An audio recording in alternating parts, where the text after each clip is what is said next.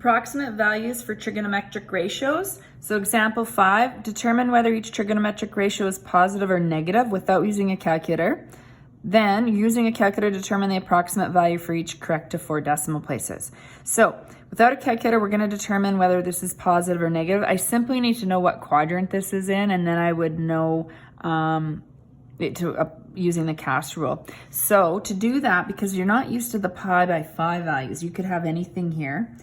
I'm going to just picture my unit circle here. So, I have 0 and pi and 2 pi. So if we're dealing with fractions with a denominator of 5, I'm going to write pi now as 5 pi by 5, and I'm going to write 2 pi as 10 pi by 5. So I'm going to common denominator for each of these. So that would mean halfway through, this would actually be 7.5 pi by 5. So 7 would have to be somewhere in here.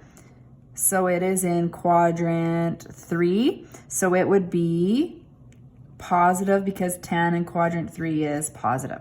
So what that means is when I put this in my calculator, I'm going to get a positive number.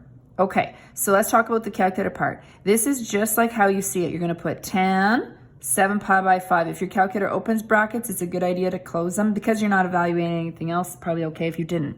What's really important is that because the angle is in radians, that you put your calculator into radian mode. So now everyone probably has different kinds of calculators. I'll use my calculator here. This is a pretty common one that is used. My calculator has a mode button right here. So if I click mode, and I'm gonna have to hit it twice. This is about something else here. We have degrees and radians. So I'm gonna choose option 2 for this question and say radians.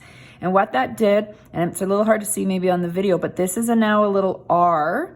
So that tells me it's in radian mode. If I went back to mode, and I have to hit that twice, and chose 1, you'll see how that went back to degrees. So my calculator keeps it there. Okay, so it's usually under mode. If you're not sure, you can always, if you have your manual, which most people throw those out, if it comes with one, you could look it up there. Otherwise, do a quick Google search. You can type in Casio and your model and just, radian versus degree mode, and you'll find it pretty quickly. So I'm going to put mine back in radian mode so I see that R. And so then I'm just going to type in 10. And again, you don't have to open brackets. A lot of times it will.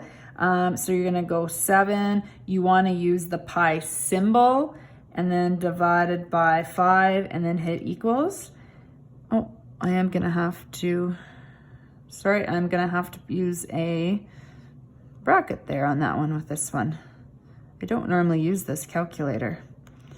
So let's try that. So I didn't think brackets were a must, but they are in this question. Okay, so 3.0776835337. So with our rounding, what did we say here? 4 decimal places. So this will be 3.077, and that rounds to 7. And you'll notice that I got a positive number here, so that supports that.